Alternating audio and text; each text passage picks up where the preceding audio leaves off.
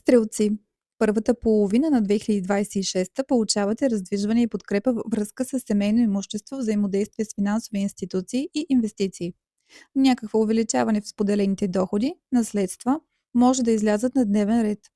Някои от вас ще продължат да развиват интереси към различни течения в психологията, започнали през изминалата 2025. Втората половина от новата година ще ви осигурява по-добри възможности за посещение на интересна далечна дестинация. Срещате подкрепа във връзка с юридически или данъчни въпроси.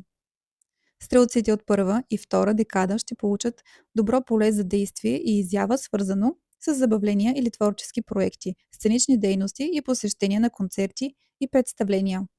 Някои от вас може да решат да поемат отговорност за дете или нов човек да подходи към вас в романтичен план.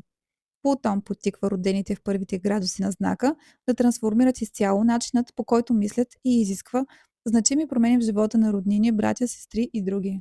Някакви борби за надмощие може да излязат с последните или с съседи.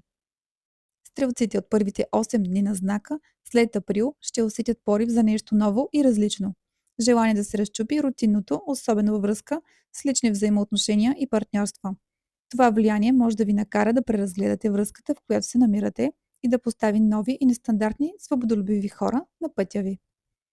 От 27 февруари до 21 март навлизате в период на преразглеждане на стари процеси и въпроси от семейен характер. Взаимоотношенията с майчината фигура изискват повече от вашето внимание, а също някакви отлагани нужди на дома, като ремонти, поправки и други.